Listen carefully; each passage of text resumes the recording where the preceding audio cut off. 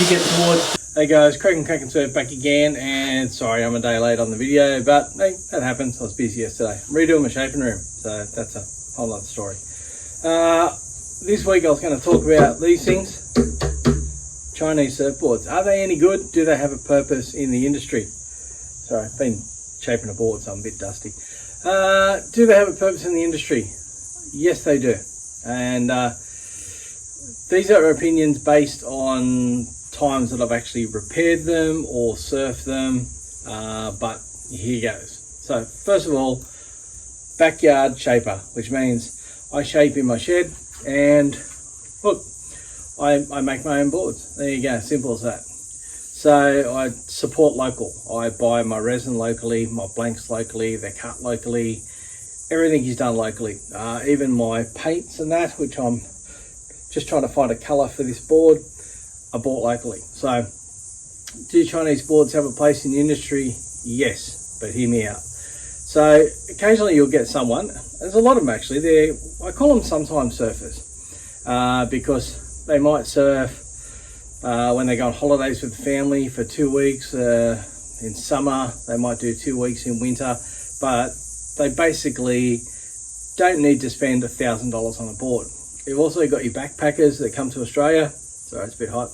Backpackers come to Australia, they can't afford to spend $1,000 on a surfboard. Sometimes getting the chain surfboards that are made in Thailand or China, they can get like a new minimal sometimes for like $560 to $600. So for them, I think it's not too bad.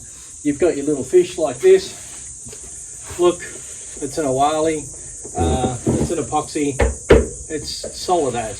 So if someone comes to Australia, they want a cheap board, a fish, they're not going to pay $1,000 from a local shaper if they're here for 3 or 6 months, maybe even 12 months. They'll get something cheaper. And for them, Chinese board's fine. My experience with Chinese boards, I once, years ago, owned a Konzo Mal. Konzo were out of China. They were about $350, and look, honestly, it was awesome. Great board. Lasted about 10 years before it delaminated. That's just because it had like a wood inlay, a timber inlay. So for the amount of times I rode that, yeah, it was fine. It was a good board. Fast forward to a few years ago, I got a couple of samples made overseas from a company in China that does a lot of surfboards. And yeah, it was terrible, absolutely terrible. So first off, they sent me some like photos of what they would do, and yeah, artwork looked amazing, color was fantastic. Future fin boxes, you know, a lot of those companies only do epoxy because PU is hard to get there and it's expensive. So a lot of those companies do epoxy. So we're doing epoxy mal, your dimensions, and I said, right, here's the logos, these are the serial numbers that are going to go on them. So when they arrived, they were a totally different color. Like they were meant to be like a light blue, red fading to a light blue. They were like dark navy and dark red, so completely different.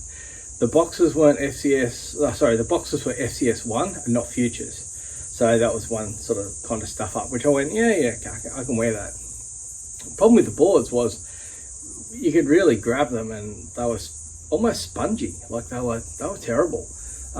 Which means that the FCS1 fin boxes wouldn't hold, they popped quite easy. So they blew a few fin boxes, which I actually then replaced and glassed them in properly, and yeah, that was a bit of a nightmare. But I ended up selling them off really cheap for someone a sometime surfer who wanted a board for here and there, but wasn't really want to spend $700, $800 to $1,000. So yeah, I've tried them and they were terrible, but that was my experience only.